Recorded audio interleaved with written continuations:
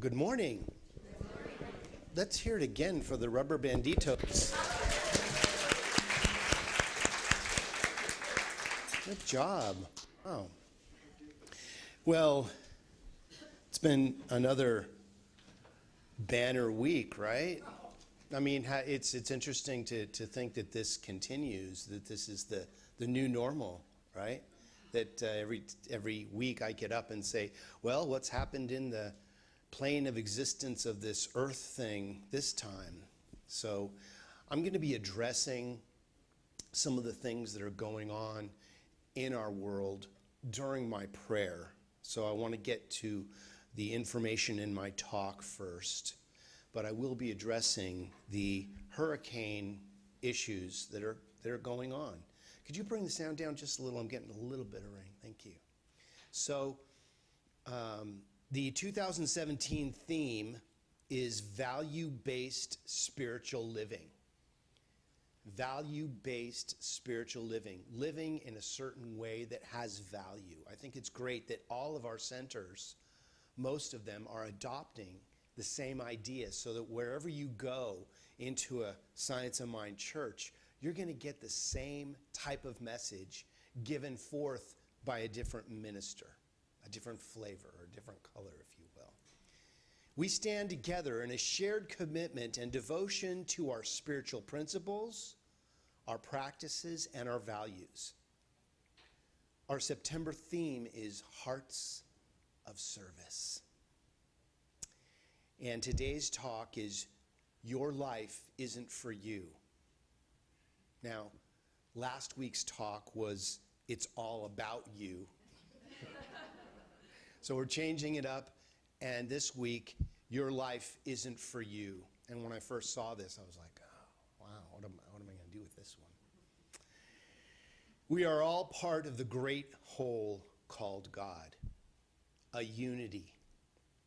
Everything we do impacts the whole, and what happens to the whole happens to us. Thus, we have a logical obligation to give the best we have to the whole, which improves our individual lives as well. And this reminds me of, as you give, it is given unto you. Think about that. As you give, it is given unto you. And I'm going to get into the metaphysical interpretation of that term because it's very prominent. It was fun to work with these words because it has great metaphysical meaning when you break down the term. So from Creative Living, the book by Dr. Ernest Holmes, he writes, "So true givingness is the transmitting of the self to everything we do. It does not matter what it is, the outpouring of ourself into every undertaking with an enthusiastic zest, love, kindness, and friendliness." He goes on to say, we should allow the gifts of life to flow out to everything we touch, everyone we meet, every situation we contact. Then, wherever we go, every situation is blessed, every person is helped, and every discord is harmonized without our even being conscious of it. It's what we are. From Science of Mind 365, it's one of the books that is one of those daily guides that you can read every day, a reading of Ernest Holmes. He writes, and this is on page 78, "Real giving is the art of transmitting ourselves to others and to the conditions and situations that surround us. The kind of giving is not something for special occasions only, for it should become a habit growing out of our desire to live life to the fullest extent. Only that which becomes an inward habit of thought can spontaneously flow from the heart and transmit itself to everything we touch. You know, you practice this being on the positive side of life stuff for a while, and all of a sudden you start to see how it works. The reciprocal universe starts to introduce positive things into your life. But if we wait until we see it before we believe it, it may be a while. We have to believe it before we see it, right? It's up to you. Just as life belongs to the one who lives it, to the one who takes it, so the fuller life belongs only to the one who scatters every good he has. It is to be giving of oneself to every person, every project, and every association with zest, love, and friendliness that one sees the larger possibility in all things. Beauty instead of ugliness. Love instead of hate. And divine hidden within the human. We must look past the appearance. You know, I look at some situations, you know, you turn on the TV and something has got you. And I have to go, I know you're in there, God. I can't fool me on this one. I almost fell for it, but no, I know that in the midst of this challenge, there is something powerful being transformed. Because if we believe that everything is God, in the midst of the challenge, there is God. We just have to see it rightly. Every spiritual tradition tells us to commit ourselves to do whatever we can, everything for the good of the greater whole. Whatever spiritual avenue you look at, it says give. Give of yourself and look for the wholeness within the challenge. Ernest Holmes wrote, "It is quite a burden lifted when we realize that we do not have to move the world. It is going to move anyway. This realization does not lessen our duty or social obligation. It clarifies it. It enables us to do joyously and free from morbidity that which we should do in the social state." Holmes realized that each of us is part of this unity. And if the unity is comprised so that we as individuals are that unity, that there is only one of us here. God. Not God and something, but God as everything that is. But we must see it that way. We must look for that. Remember the Three Musketeers? Now, what they were doing was different than their motto at times, but I loved that motto. All for one, and one for all. Huzzah! Thus, we each must work to improve our individual lives, and at the same time, we have an eye towards what we do individually that impacts the whole in which we live. We also need to realize that truly what we give comes back to us. Ouch. Or, yay, huzzah. Because we live in and from this unity of all things. All that passes through us into the whole remains there for us to receive, and receive we do, provided we first give it out. So let's look at this and go a little deeper with this biblical term. And I would refer to Luke 6:38, which says, "Give, and you will receive. Your gift will return to you in full, pressed down, shaken together to make room for more, running over, spilling over, and poured into your lap." The amount you give will determine the amount you get back. And I want you to remember that as you write your tithe checks today. Just saying. The amount you give will determine the amount you get back. So, but let me clarify that. And there's an important part to this. As you give, so shall you receive. As you give. The metaphysical meaning of this, as you give, is by the spirit in which you give it. Are you giving with the intention that you will be receiving something in return? Because that's not giving, that's a barter system. You give me this, I give you that. You see the difference? When you give from your overflow as a fountain doesn't have a place where it starts and ends. It's a conduit through which the water flows. You are being given to as a conduit through which the infinite flows. If the conduit is not a suitable host for the good to pass through, source will look for a more receptive channel through which to flow. The minute you block your flow and go, I'm gonna divert the water into my own holding tank, and nobody's gonna get any more downstream. What happens when we divert water? We know around here, we don't touch the water stream. You don't mess with the water.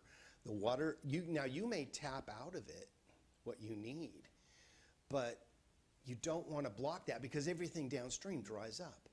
And what happens if you get too big of a pool that you can't quite handle? Water sitting still stagnates, doesn't it? So, you are being given to as the conduit through which the infinite flows. If the conduit is not a suitable host for the good to pass through, the source will look for a more receptive channel through which to flow. That's why we need to turn it over quickly and become, I'm a great channel for good to flow. And when you raise your hand for that, more good comes to you. Oh, we got to take her over here, send it that way. Boom. This is the reason that your life is not for you. Now, you may happen to prosper as a byproduct of that experience, but your being prospered is not your only or main function. When you do it for everyone else, you are prospered as part of that conduit. That's the way the law works. That's the way the law works. We have certain metaphysical laws. We have laws of gravity, right? We have certain laws that we live in. If you are walking down the street and you step down a curb, you cross the street and you go to step up the next curb, and you don't lift your foot high enough, it doesn't go, oh, that's Reverend Steve, let's lower ourselves so he doesn't trip. No, it doesn't care who you are, what you are. It will trip you if you do not raise your foot. That is the law. I don't care where you are, who you are, what color you are, what your sexual orientation is, what gender, whatever. You must work within those laws. Now, there are metaphysical laws that work the same way. When you give in a consciousness of love and a consciousness of there is so much in the world that you can't outgive God. You can never outgive the infinite. The universe responds to that consciousness, and all of a sudden you are given to pressed down, shaken together, and pouring over. It says it right there in the big book. Well, whichever big book you choose to read. So, let's start to understand the metaphysical laws of the universe. This is why we're here, is to know that love is the answer to all questions. And when we love from that place of infinite love, being that conduit through which love flows, we become loving. We become lovers of life. We become prosperous. Because when we become the conduit through which something flows and not the holding tank,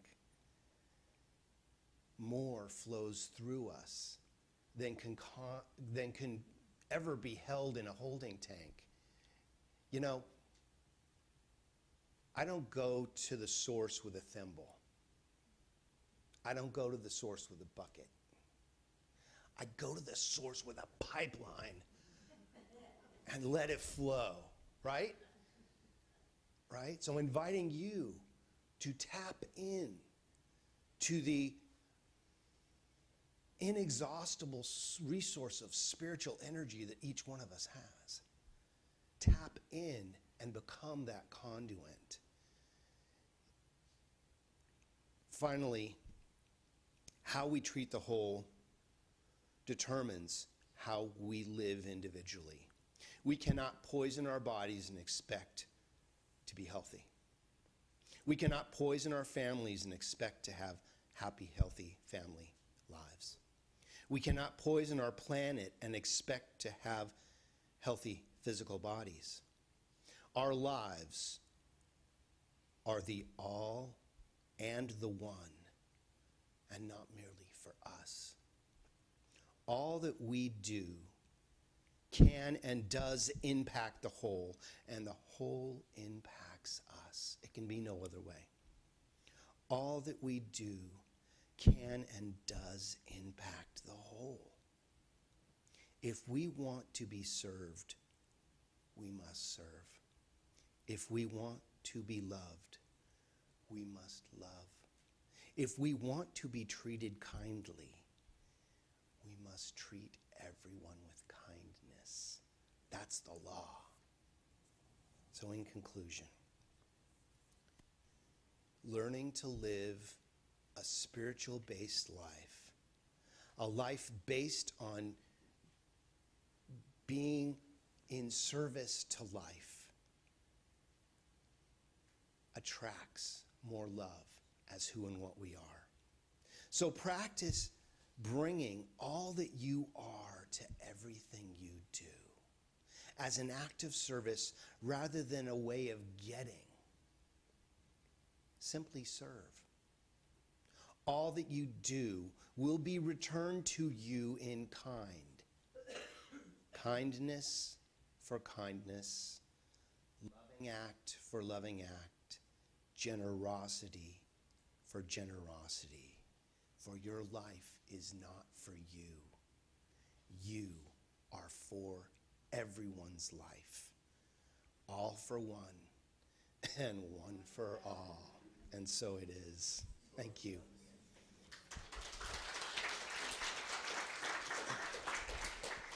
So we're going to follow our teaching and do some prayer right now.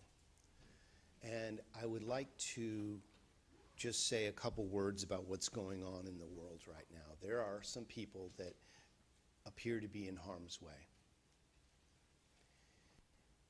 Can we change the course of what the world does? Some say yes, some say no. Can we introduce a divine energy into what's happening? Absolutely. And that's what we're doing. We know that miracles happen as we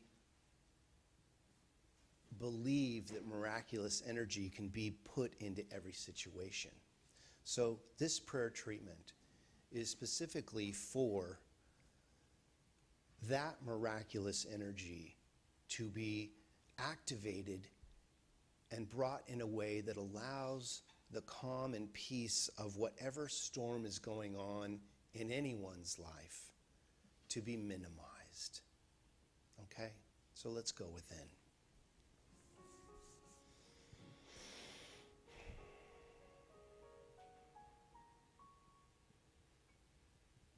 So I invite you to bring to the forefront of your consciousness of whatever your belief in the infinite is. I think we could agree that there is a power that created everything that is. There is something going on as we stand before the ocean and feel the wave crash on the beach before us and know that we did not make that happen, that something is happening. As we look at the stars in the sky and the billions of planets and stars and things that are happening in our solar system and countless other things beyond our sight, that something powerful is happening. I know that I am, as everything and everyone is, a divine emanation and outpicturing of that power. And as such, we carry the power of the universe as who and what we are. I call forth that power in every situation right here and right now. I know that there is peace in that power, and there is love in every situation. Regardless of what the appearance might be, this isn't to negate it or turn away from it. It is to give power to the positive energy of love in every situation. We call forth the miraculous energy of love, of healing, of safety.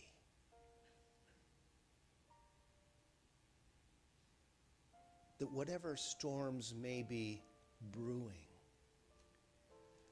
that there is an energetic of healing and of safety and of peace that is more powerful than any storm. Because the love is the divine generator of life itself. And as we turn our attention to the love, to the healing, to the revealing of truth, we know that any appearance of confusion or of challenge is lessened. For we know that in the midst of every situation there is God.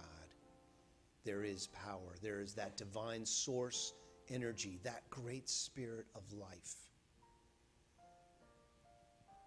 And life is meant to be lived, and lived with love.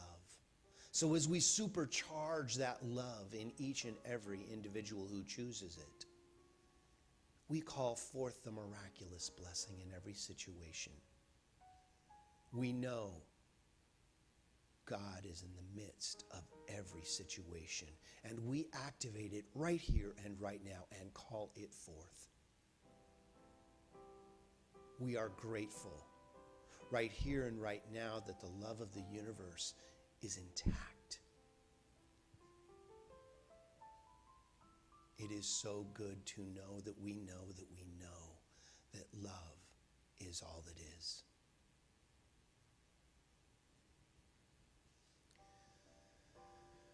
So we breathe gently and we relax and allow whatever situation to blow over, for this too shall pass.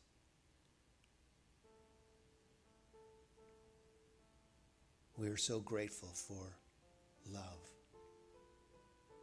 We give great thanks right here and right now for the health, the happiness, the truth, and the joy, the rebuilding, the renewal of consciousness in every situation. For I know that God is in the midst of everything that is. So we let go with thanksgiving and love, placing these words directly into that living, loving law of mind, where it is activated in a way that makes sense to us, that is miraculous in form and healing in mind, body, and spirit. And we let it be so. We let God be God in every situation, as we affirm by saying, and so it is.